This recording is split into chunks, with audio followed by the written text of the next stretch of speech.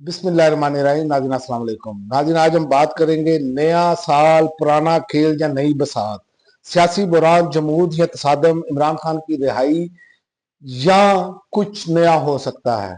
क्या हो सकता है, इस पर बात करेंगे। नया साल में क्या क्या कुछ हो सकता है। तो 2026 जो है वो अब उम्मीदों का साल है, क्योंकि पिछले जो साल गुजरे हैं वो कुछ सियासी तौर पर या माशी तौर पर कोई इसे आप कोई कारकर्दगी नहीं कह सकते पाकिस्तान के हवाले से।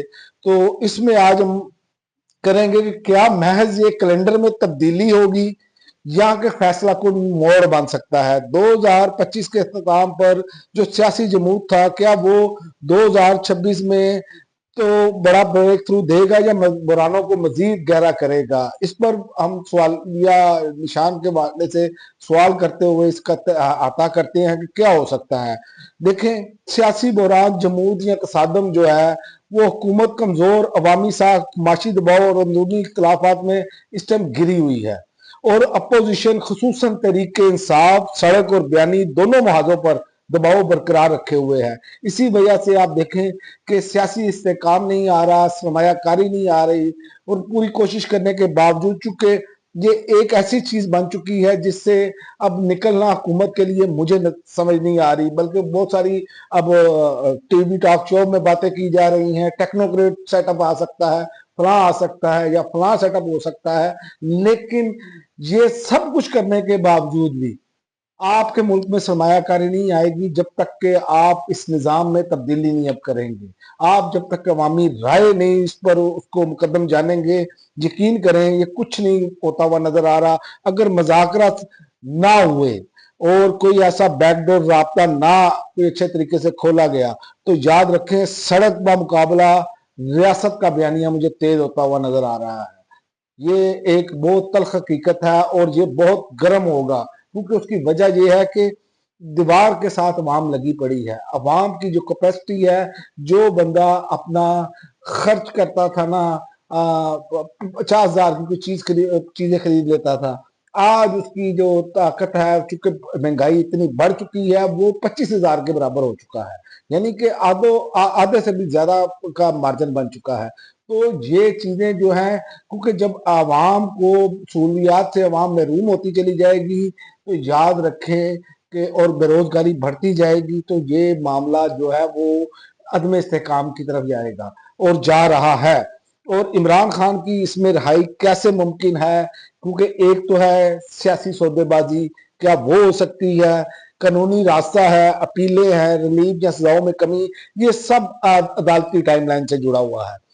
लेकिन याद रखें कि अदालतें 26वीं और 27वीं आईनी तरमीम के बाद तो अब तो इमरान खान की जमानतों के केसेस भी नहीं लग रहे। तो लिहाजा यहां पर तो ये मामला नजर नहीं आ रहा। सियासी रास्ता है, वो है बैकडोर बातचीत या कौमी मुफाहमत। ये ताकत के मराकज के जो फैसले हैं उन पर मुनसर है कि ताकतवर जो है, जो हमारे इस निज़ाम को लेकर चल रहे हैं ताकतवर लोग, उनका फैसला क्या होगा। क्या मुल्क इसी जमूत का शिकार रहेगा अगर रिहाई होती है, याद रखें, वरना तो ये जमूद इसी तरह रहेगा। और अगर इमरान खान की रिहाई होती है तो पीटीआई फौरी तौर पर, याद रखें कि जो एक तो पूरे सियासी पर तो वैसी छाई हुई है, तो फिर तो बिल्कुल ही जो है ना, इनका वो सत्यानाश हो जाएगा। इनके बयानिए चल नहीं पा रहे। मौजूदा हुकूमत के हर तरह का बयानिया लॉन्च किया गया, बड़े से बड़े दानश्वर जो है इन्होंने साथ लगाए, लेकिन अवाम मानने के लिए तैयार नहीं है।